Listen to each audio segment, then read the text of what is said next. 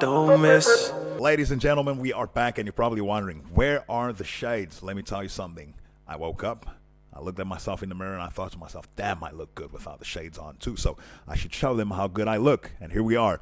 Today we're going to be reacting to Drake Just Lost Everything. I'll put the link of the full video in the description, but let me tell you something. Drake, one of my all-time favorite artists. But the actions that he's been taking ever since taking that out from the beef are slowly decreasing that admiration. But I will not lie, I still generate some inspiration from him as an artist. But these actions, think of yourself in high school.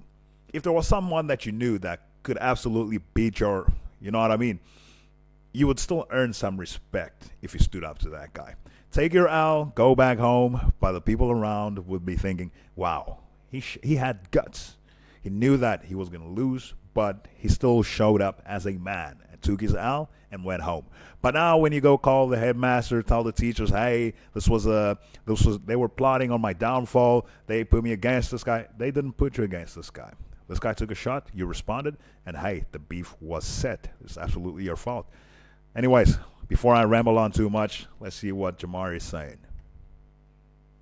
So I had done my best to ignore the ongoing legal battle between Drake and UMG for the last couple of months, at least when it comes to posting videos on the topic. I figured that my audience was a little bit fatigued, I thought the cow had long been milked, and I hadn't planned on speaking on it again until an actual verdict was made, which obviously could have taken years. But recently Christmas came early for the boy, and the federal judge in the situation, Judge Vargas, has granted the motion to dismiss this case altogether. Back against the wall, I either go all the way filthy or I fall back and I have this sort of chink in my armor for the rest of time. For those of you that might... You know what would have actually been better? It's if he came back for round two. Maybe taking an L from round two, but would have gained more respect, especially from the fellas. You don't get a beating and go back to the drawing board and try to tell everyone else, the feds, your mama, your stepmom, hey, this was absolutely unfair and now I want to sue this individual. No, you go back and you fight again. Think about, in the end, rapping is a sport, right? And just like any other sport, there are many rounds involved. Let's look at the UFC. Guys will fight each other one time. If it was a great fight, hey, let's do it a second time. And things could go either way. If you approached it like that, then things would have been way better. But now you want to sue that? I don't know, man. I don't know. That was not the move. And now remember, Drake was suing his own record label UMG Recordings over the content specifically in the song turned anthem Not Like Us by Kendrick Lamar. His allegations were pretty steep. Essentially, the UMG devised a plan to destroy Drake's reputation and I'm even getting secondhand embarrassment because I was trying to find every single angle to try and defend Drake, because of course I listen more to Drake than I listen to Kendrick. So I was trying to find every single angle. You know what? Maybe he's right. Maybe they did plan this whole thing to bring down his image, bring him down as an artist. He's about to leave. You know, he's going to go solo. So perhaps he has a case. But now that I look at it, none of it makes sense. Just go for round two. Redeem yourself. Maybe you could win, maybe not. But then guess what? We'll forget about it. But now it's going to be hard because there's been lawsuits. Now it's been dismissed. It was all a waste of time. And because of this, that Not Like Us is going to get more views. He just did Kendrick a favor, to be honest. likeness, using Kendrick as their puppet to do so. Purists and people who just love confrontation, they love to say, hey man, there's no rules in this shit, but there are fucking rules in this shit. Of course. You know, in Drake's head, this all happened. There's no rules in the playground when you're about to fight a bully or about to fight someone that promised that he's going to beat your ass. There's no rules. Everything goes. Obviously, you don't kick in the, you know what I'm saying? But everything goes. You got to throw the kitchen sink, right? It was that whole back-to-back, but then Kendrick came with the back-to-back. I believe what happened here is that Drake wasn't fully prepared. He thought that Kendrick was just going to, you know, go on the fly. But Kendrick was fully ready. He knew what he was going to do. He was set up. Like he said in the song, 1 + 1, da, da, da. He's got many in the vault, and Drake was not ready. If Drake had taken the time to go and prepare, perhaps it would have been a closer battle than it was. But preparation is key. You got to prepare. because he was due for a contract renegotiation, and after he got verbally smacked around in the battle, he was out here feeling like Eduardo in The Social Network. You better lawyer up, asshole, because I'm not coming back for 30%. This is crazy. This is evil work, Jamari. Oh, I'm coming back for everything.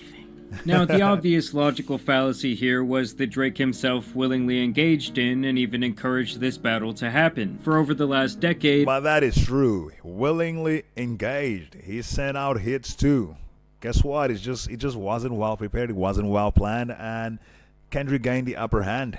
It's as simple as that. As a Drake fan, hey, take my hats off. It was done. It was absolutely well executed. There's nothing to say about it. But guess what?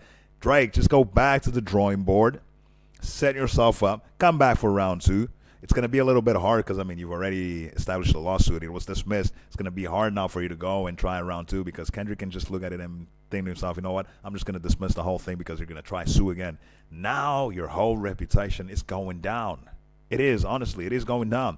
It's almost as if, think of Conor McGregor when he entered the UFC. Fans loved that individual. But then things started to take a downturn, right? And all those people that loved him are now left in the dark because they think perhaps he's going to reignite, but his behavior just does not reconcile with that thought. It's not going to happen. Maybe somewhere deep down in the future he decides, you know what, let me just turn around and go back to my old self and show these people that I can truly do it and prepare. Or we're just going to lose some fans. Unfortunately, that's how it goes. So Drizzy, go back to the drawing board, prepare 5 + 5 + 10. You know, just have hits after hits after hits. You got to go back to back to back to back to back to back. You got to be ready. You got to be ready. If not, then just leave the whole thing. Go back to making music. No more lawsuits. And we're just going to move on. Simple.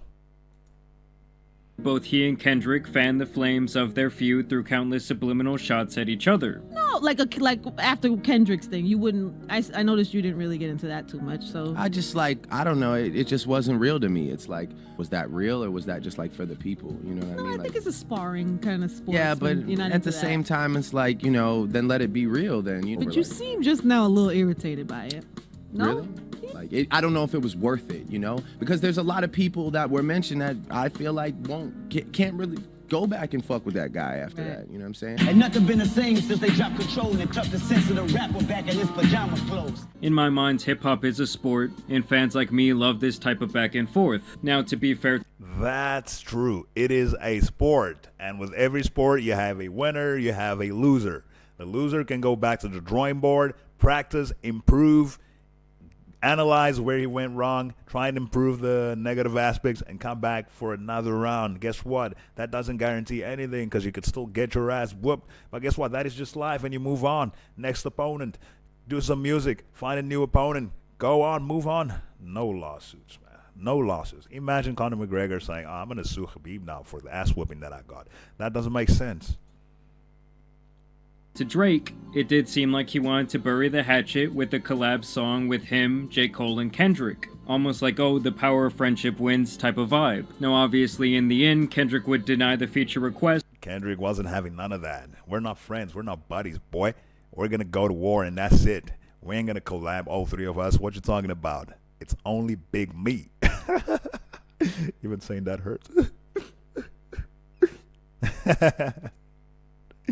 And J. Cole and Drake would take shots at him on the eventual song First Person Shooter. And obviously in turn Kendrick said fuck that on the Like That record. We're not friends, and as a matter of fact we have some serious shit to address. And P.S. to my good friend J. Cole, you can also get it too, I'm literally just handing it out. So Cole eventually bows out, Drake ends up taking the bait, and the rest is really hip hop history. You know what, now that I think of it, I believe that J. Cole could have had a great chance of actually having a good back and forth with Kendrick Lamar in terms of lyricism. But of course, J. Cole is on a journey of his own. I still thought that was a bitch ass move. He shouldn't have backed off from the fight. Don't call out, and then he dropped that. What was that? I even forgot the name of the song. He dropped something, just a little jab, and then he decided, oh no, I'm not gonna do it anymore because my heart does not allow me to do this or partake in such. That's my homie. I don't want to lose a homie. Guess what? Your homie took shots at you as well. So guess what? You could have gone back and did something, because now your career also took a hit. People don't trust you anymore. You kept on saying that you want someone to test your pen, and the moment came, you did not rise to the occasion, and that's an absolute shame. At least Drake stood up to the occasion, but guess what? He fell short, and now he's going on lawsuits and whatever. You should have just stopped at the L, and things would have been okay. But you, J. Cole, you absolutely withdrew from everything. And it seemed as though you withdrew from music too, because I haven't heard anything drop from you. Perhaps I'm not such a big fan, so I don't really search for J. Cole music. Maybe you have dropped, but it's not as impactful as it used to be. And let me tell you, because you backed out of that beef, hence why the impact is being this way. You're not the same anymore. You're not going to be seen as the same individual. Imagine, once again, I keep going to the UFC or boxing per se. Imagine a fighter ducking someone. People call you a duck. They will force you to take that fight. And if you don't, they're going to think that you're not fit for the sport and go do something else. Go do ballet, or for that matter. You know, I'm actually even getting worked up from this. If you want to watch the rest of the video, I'm going to link it into the description. Ladies and gentlemen, see you on the next one. Yeah, hey, Tony Franco, it's a wave.